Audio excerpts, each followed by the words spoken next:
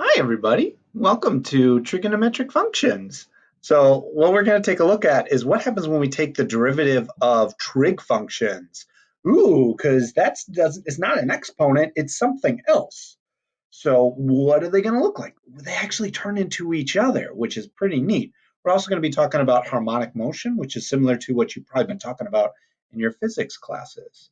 So here is just a big list of what all these derivatives are. You can pause now or you can pause in a little bit to write all these down. I'm going to show you how some of these work.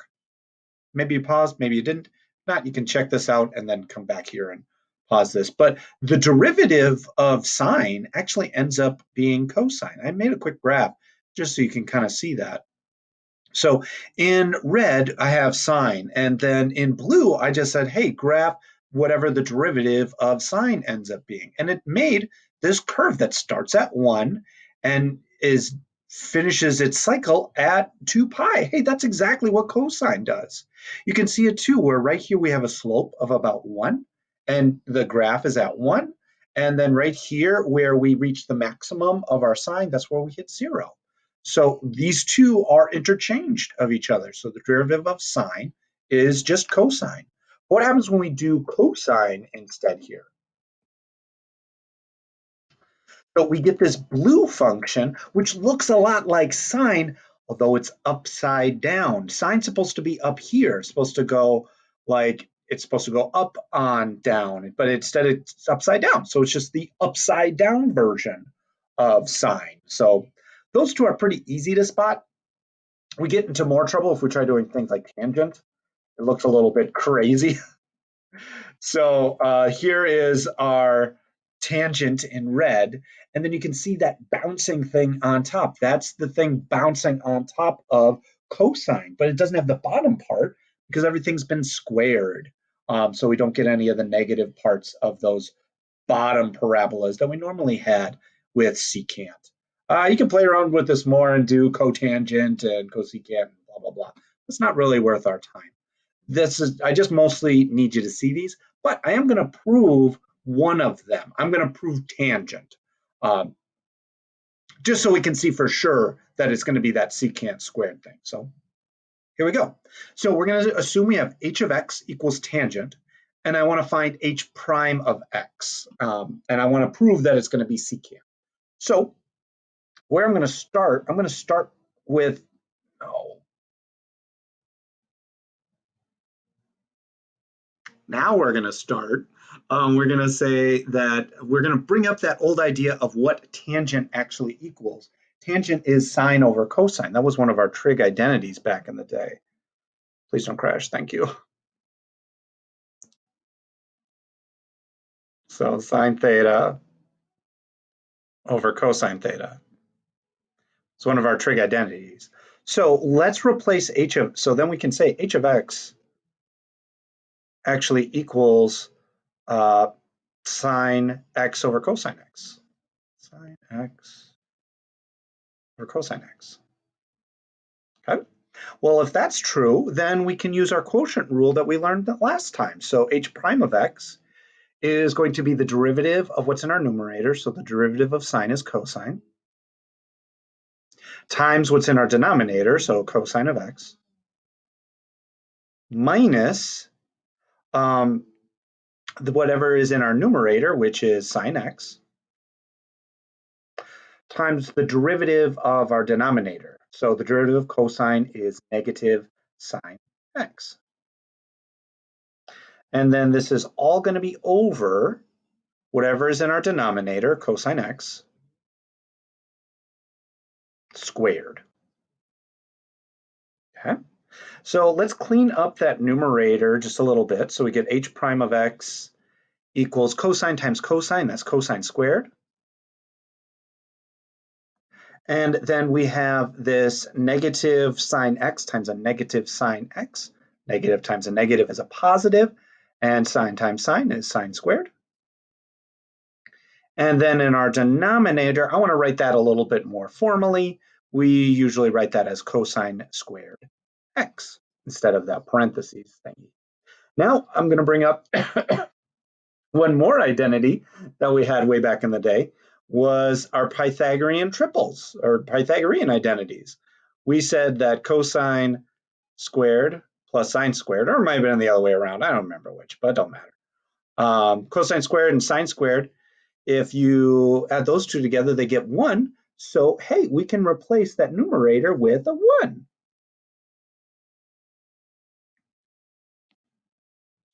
Oh boy. So h prime of x is 1 over cosine squared. Oh, hey, what's 1 over cosine? Oh, it's secant.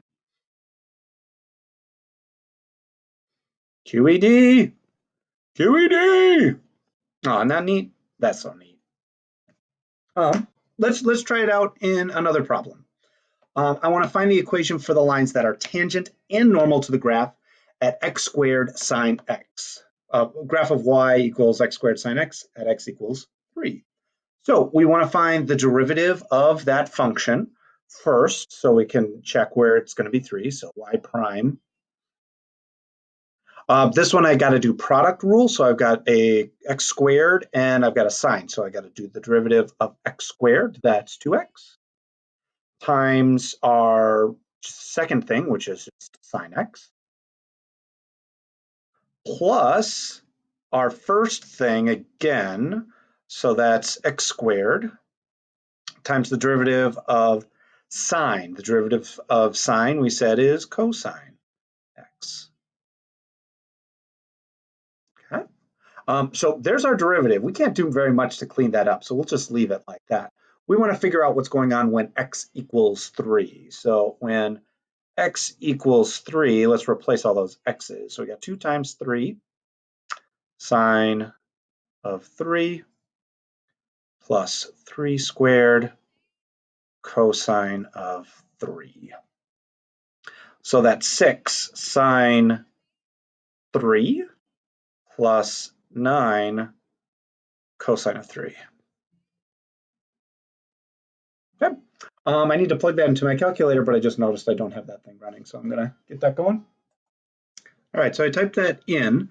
I did check to make sure that I am in radian mode. You want to always be in radian mode. Never go back to degrees for all of calc. We're never going back now. So we get negative 0.063 for my slope. So I'll write that down. Negative 8.063. It was looking for the tangent line, so our tangent line, and they gave us a gross thing, so they're just going to have to deal with gross stuff. So let's say negative 8.063. So there's our slope of our tangent line. We know our x value is 3. These jerks didn't even give us the y value. Ugh. Well, we're going to have to calculate that ourselves. So y is going to equal, when we put 3 in there, so 3 squared and then the sine of 3. So these people are just making us work. So 3 squared, sine of 3. That turns out to be 1.270. Because we need an x and a y value for point slope form. Now, if we want to put this in normal, if we want the normal line, we need to find the reciprocal, the negative reciprocal of our original slope. So I'm going to go second answer. Oh, oh. Second entry. Second entry. So I can get this thing back because that is our slope, but I need the inverse of that. If I use -1, that's going to flip it upside down, flip that fraction upside down. So I get negative 1.24, but I want opposite reciprocal, so I also want to change that thing into a positive. So my normal slope, I don't know why I wanted to spell normal with an M. Normal slope is going to be 0.124. So our normal line is going to be y minus the same value, 1.270. which equals my normal slope, 1.124. Remember, normal is just perpendicular to the tangent line. That's all. X minus 3. Done. So this is our normal line, and then this is our tangent line. Tangent meaning that it touches the equation only once. It's in our instantaneous slope, not our tangent function.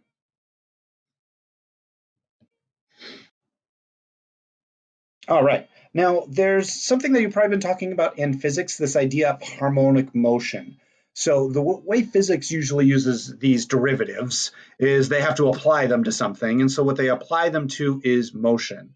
So if you have the position function of something moving around and you take the derivative, you're finding its rate of change. And its rate of change is how fast that thing is going.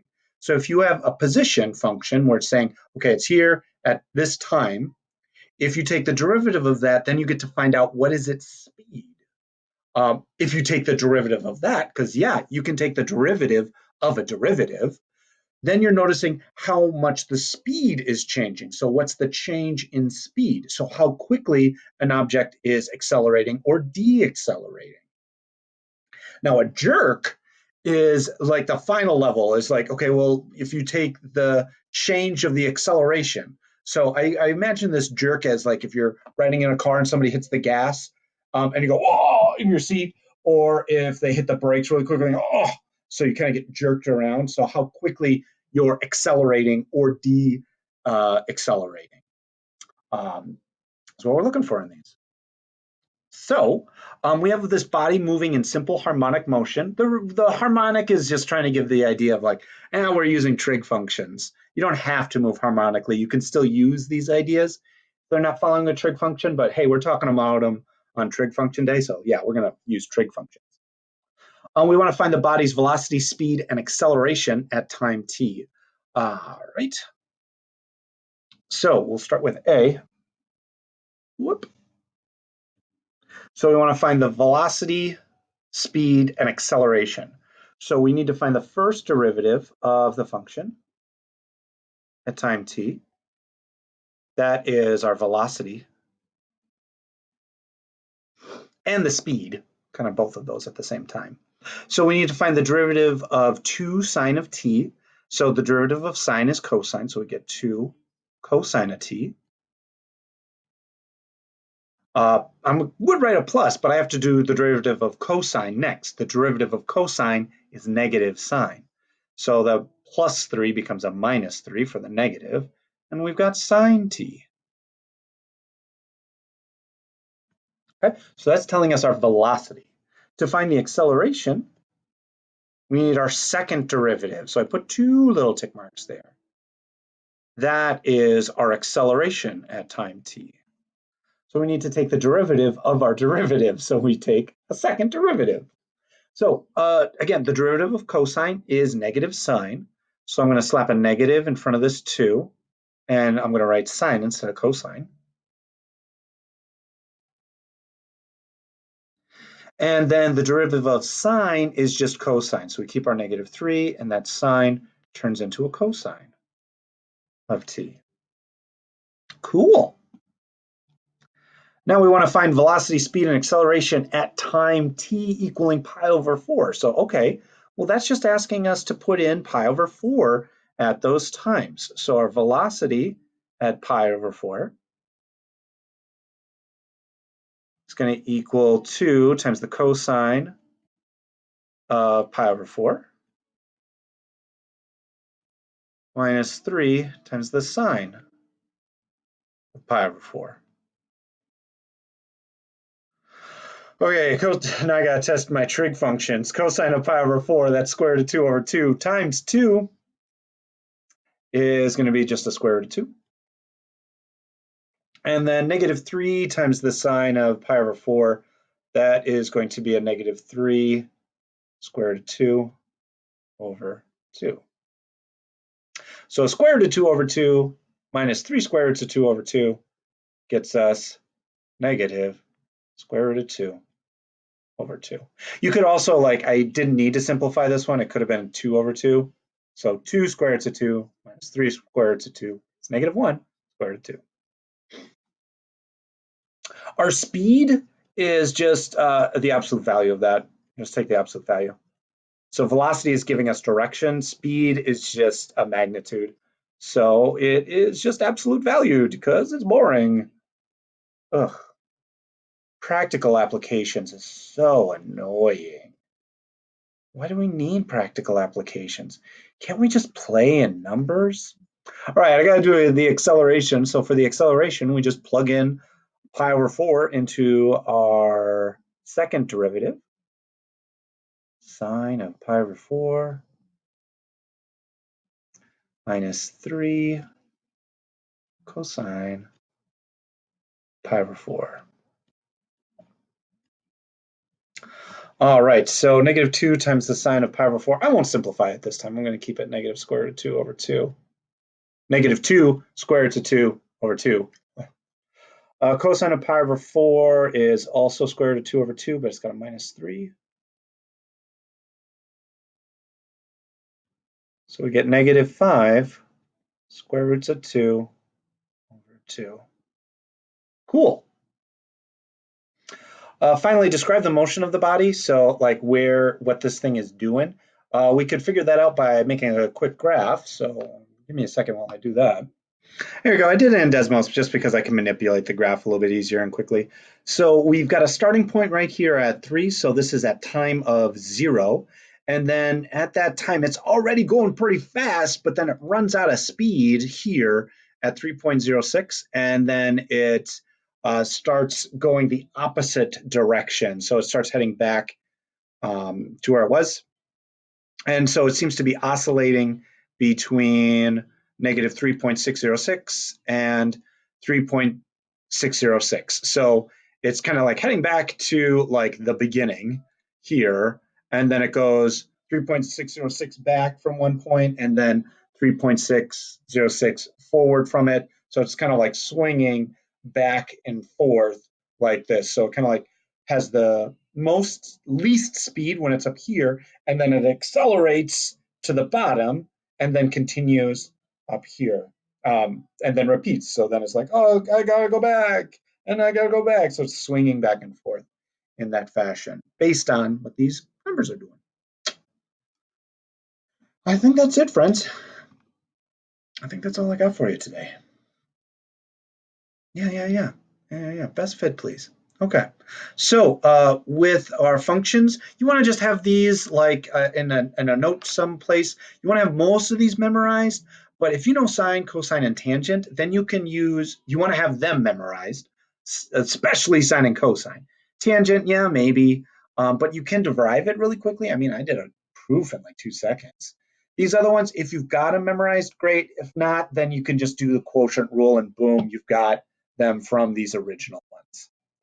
But these are the ones these two, you want to have these two memorized. You should just know those. Also remember that if you have a position function, the first derivative is your velocity, your second derivative is your acceleration, and your third derivative tells you the jerk for your function. And that's it. All right. Thanks. Bye-bye.